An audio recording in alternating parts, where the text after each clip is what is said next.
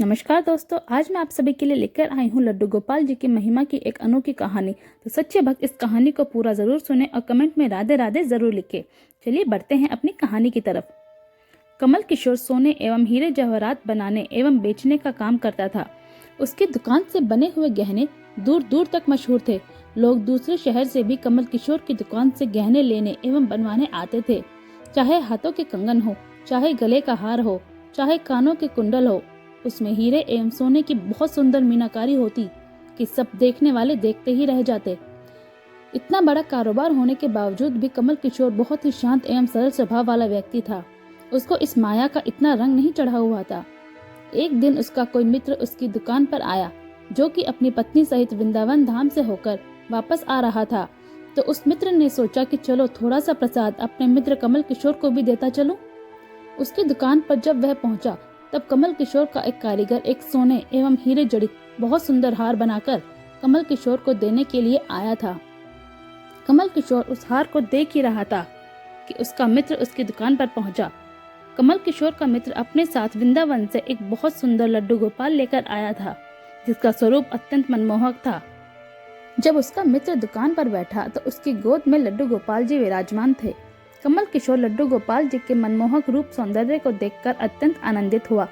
उसने अपने हाथ में पकड़ा हुआ हार उस लड्डू गोपाल के गले में पहना दिया एवं अपने मित्र को कहने लगा कि देखो तो सही, इस हार की शोभा लड्डू गोपाल के गले में पड़ने से कितनी बढ़ गई है। उसका मित्र एवं कमल किशोर आपस में बातें करने लगे और बातों बातों में ही उसका मित्र लड्डू गोपाल को हार सहित लेकर चला गया। दोनों को ही पता नहीं चला कि हार लड्डू गोपाल के गले में ही पड़ा रह गया है। कमल किशोर का मित्र अपनी पत्नी सहित एक टैक्सी में सवार होकर अपने घर को रवाना हो गया।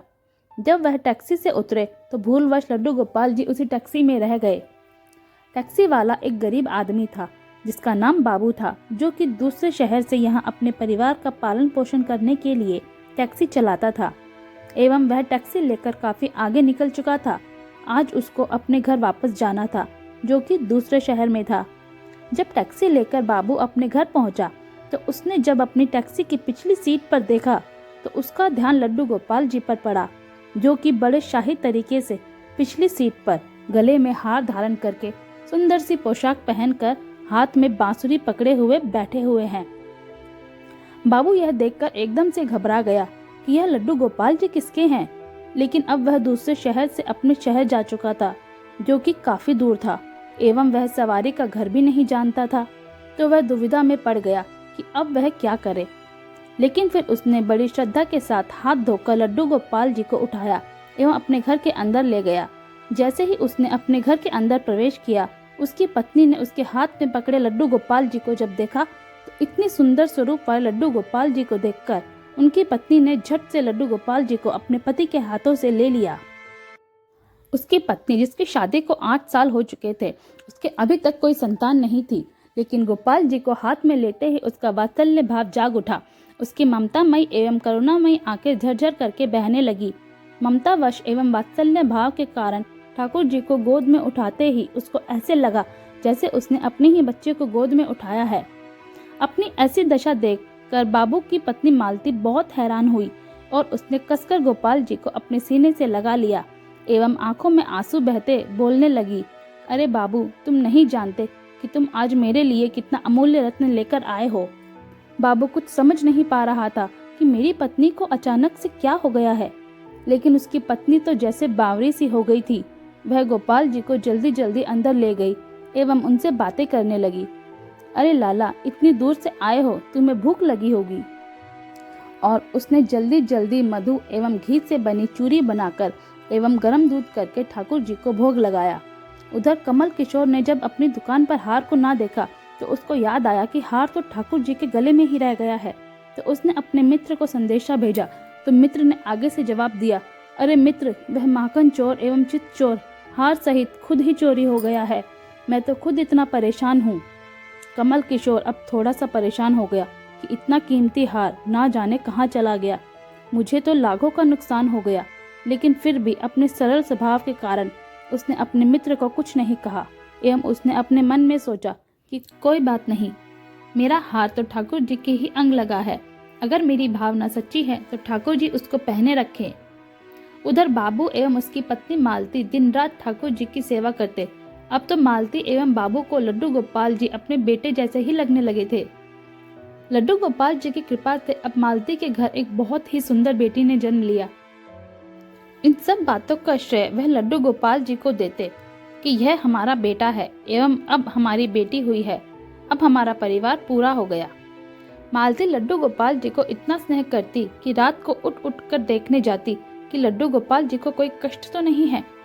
ऐसे ही एक दिन कमल किशोर व्यापार के सिलसिले में दूसरे शहर आना पड़ा। यहाँ पर बाबू रहता था, लेकिन दुर्भाग्यवश जब वो उस शहर में पहुंचा तो अचानक से इतनी बारिश शुरू हो गई कि कमल किशोर को जहाँ पहुंचना था वहाँ नहीं पहुंच पाया।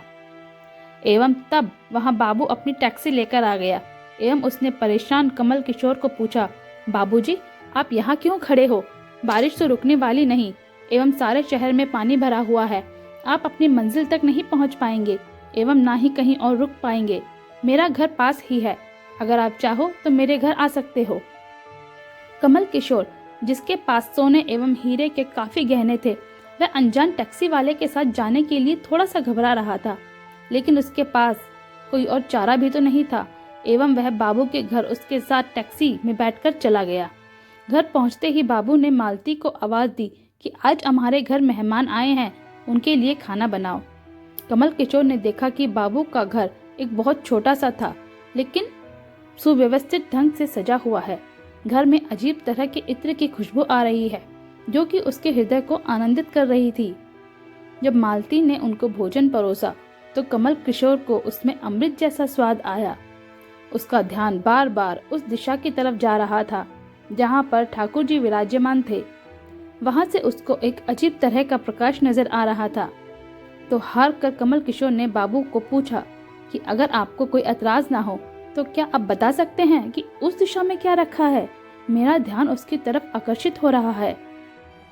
तो बाबू एवं मालती ने एक दूसरे की तरफ मुस्कुराते हुए कहा कि वहां पर तो हमारे घर के सबसे अहम सदस्य लड्डू गोपाल जी विराजमान हैं। तो कमल किशोर ने कहा कि क्या मैं उनके दर्शन कर सकता हूँ? तो मालती उनको उस कोने में लेके गई जहाँ लड्डू गोपाल जी विराजमान थे। कमल किशोर लड्डू गोपाल जी को देखकर एवं उनके गले में पड़े हार को देखकर एकदम से हैरान रह गया।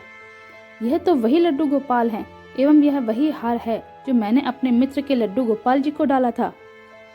कमल किशोर ने बड़ी विनम्रता से पूछा कि यह गोपाल जी तुम कहाँ से लाए? बाबू, जिसके मन में कोई छल कपट नहीं था, उसने कमल किशोर को सारी बात बता दी कि कैसे उसको सौभाग्य से लड्डू गोपाल जी मिले एवं हमारे घर आने से हमारा दुर्भाग्य सौभाग्य में बदल गया। तो कमल किशोर ने कहा, क्या तुम जानते हो कि जो हार ठाकुर जी के गले में पड़ा है उसकी क्या कीमत है? तो बाबू एवं मालती ने बड़ी विनम्रता से हाथ जोड़कर कहा कि जो चीज हमारे लड्डू गोपाल जी के अंग लग गई, हम उसका मूल्य नहीं जानना चाहते एवं हमारे लाला के सामने किसी चीज, किसी हार का कोई मोल नहीं है। तो कमल किशोर एकदम से चुप हो गया एवं उसने मन में सोचा कि चलो अच्छा है, मेरा हार ठाकुर जी ने अपने अंग लगाया हुआ है। अगले दिन जब वह चलने को तैयार हुआ एवं बाबू उनको टैक्सी में लेकर उनकी मंजिल तक पहुंचाने गया, जब कमल किशोर टैक्सी से उतर एवं जाने लगे तभी बाबू ने उनको आवाज लगाई कि जरा रुको, यह आपका कोई सामान हमारी टैक्सी में रह गया है। लेकिन कमल किशोर ने कहा, मैंने तो वहाँ कुछ रखा ही नहीं। लेकिन बाबू ने कहा कि यह बैग तो आपका ही है। जब कमल किशोर ने उसको खोलकर देखा तो उसमें बहुत सारे पैसे थे। कमल किशोर एकदम से हक्का बक्का रह गया कि यह तो इतने पैसे हैं जितने की उस हार की कीमत है। उसकी आंखों में आंसू आ गए कि जब तक मैंने निश्चल भाव से ठाकुर जी को वह हार धारण करवाया हुआ था तब तक उन्होंने पहने रखा। मैंने उनको पैसों का सुनाया तो उन्होंने मेरा अभिमान तोड़ने के लिए पैसे मुझे दे दिए। वह ठाकुर जी से क्षमा मांगने लगा, लेकिन अब हो भी क्या सकता था। इसलिए हमारे अंदर ऐसे भाव होने चाहिए कि उसमें अहंकार ना होकर विनम्रता होनी चाहिए एवं ठाकुर जी जैसा चाहते हैं वैसा ही होता है। हम तो निमित्त मात्र हैं। कौन ठाकुर जी को वृंदावन से लाया एवं किसके घर आकर वह विराजमान हुए, यह सब ठाकुर जी की लीला है। जिसके घर रहना है, जिसके घर सेवा लेनी है, यह सभी जानते हैं। हम लोग तो निमित्त मात्र हैं, बस हमारे भाव शुद्ध होने चाहिए। धन्यवाद।